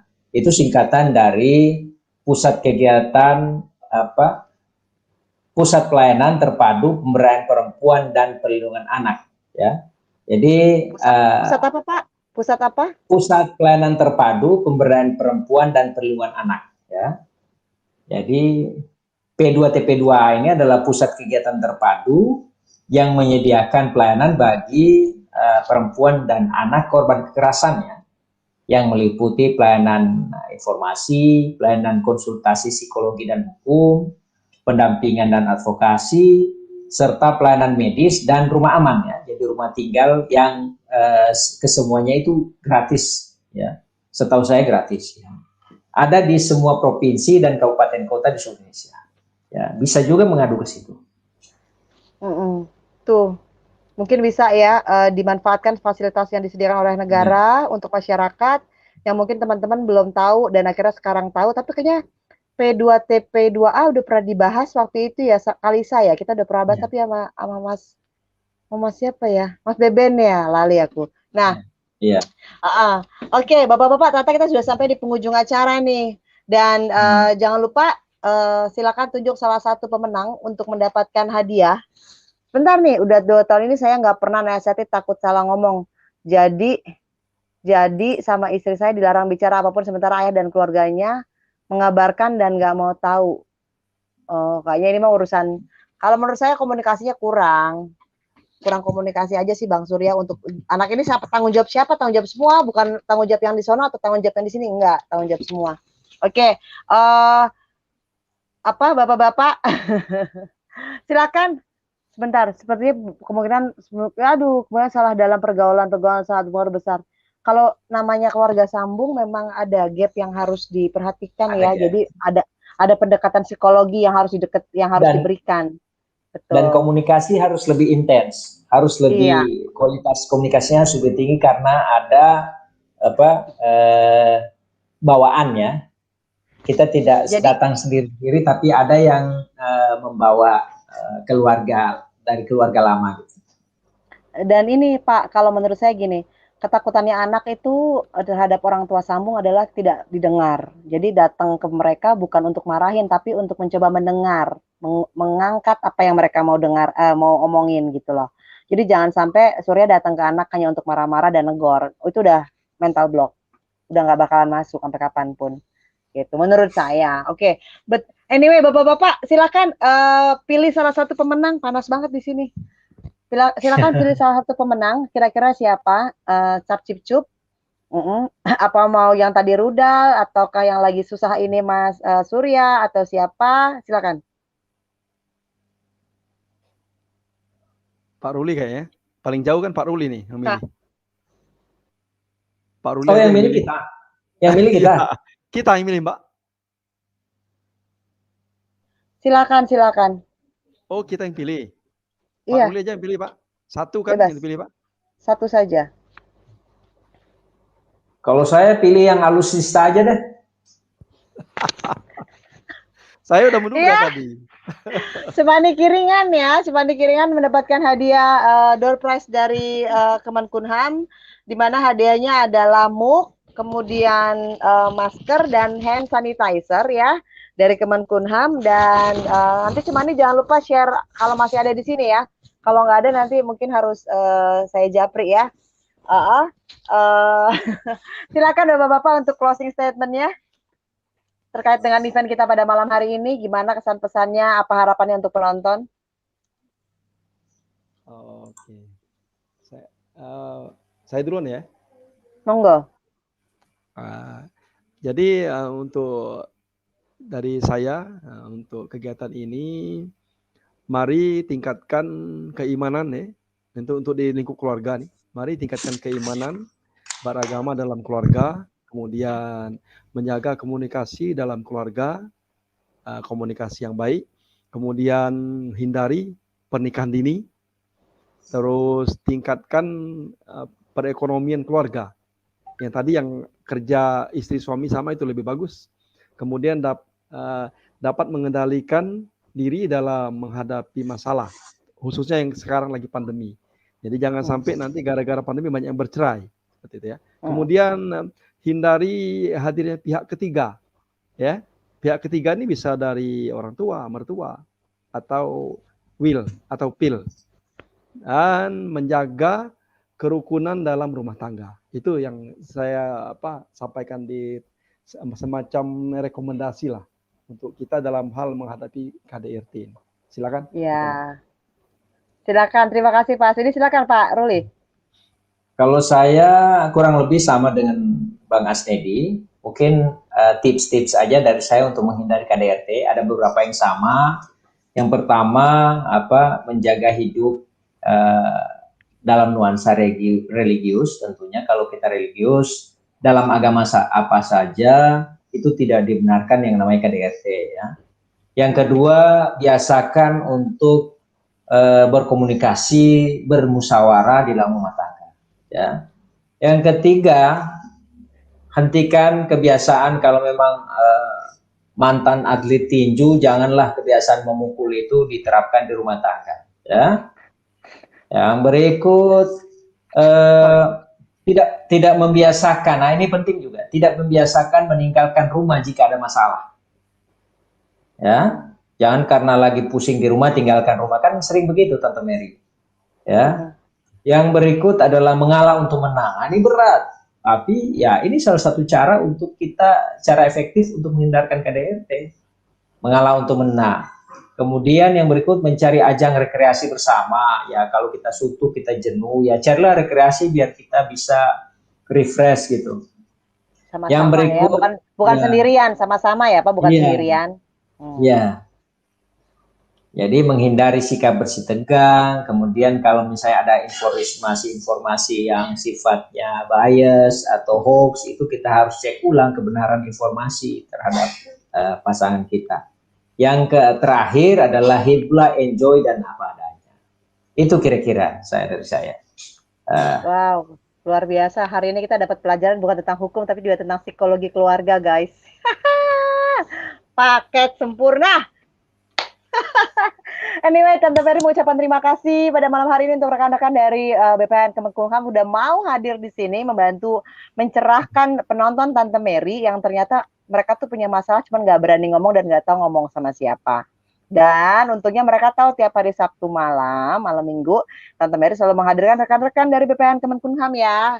Oleh karenanya, teman-teman stay tune di sini. Kalau kalian punya masalah, silakan ketik di kolom komentar sehingga Tante Mary bisa memfasilitasi kalian terhadap masalah yang ingin diangkat dan dibukakan. Dan semoga pada malam hari ini kalian tercerahkan ya. Jangan lupa stay happy, stay healthy. Kita ketemu lagi mungkin besok, pantau aja tab community Tante Mary, Pak Asnedi dan Pak Rusli. Terima kasih banget sudah. Ruli. Sudah. Pak Ruli, oh iya, maaf Pak Ruli dan Pak Asnedi, maaf saya salah menyebut nama. Jangan kenakan saya pasal, Pak. Nah, itu bukan kekerasan itu. Itu apa, Pak? Salah sebut. Salah sebut ya. Dan teman-teman baru hadir, silakan tonton dari awal biar dapat pencerahan yang utuh tentang apa itu KDRT, karena KDRT bukan seperti yang kita lihat, banyak hal baru yang ternyata tadi dibukakan ya.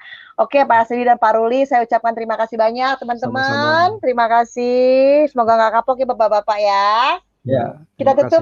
Ya, kita tutup acara ini sampai di sini. Sampai jumpa lagi besok.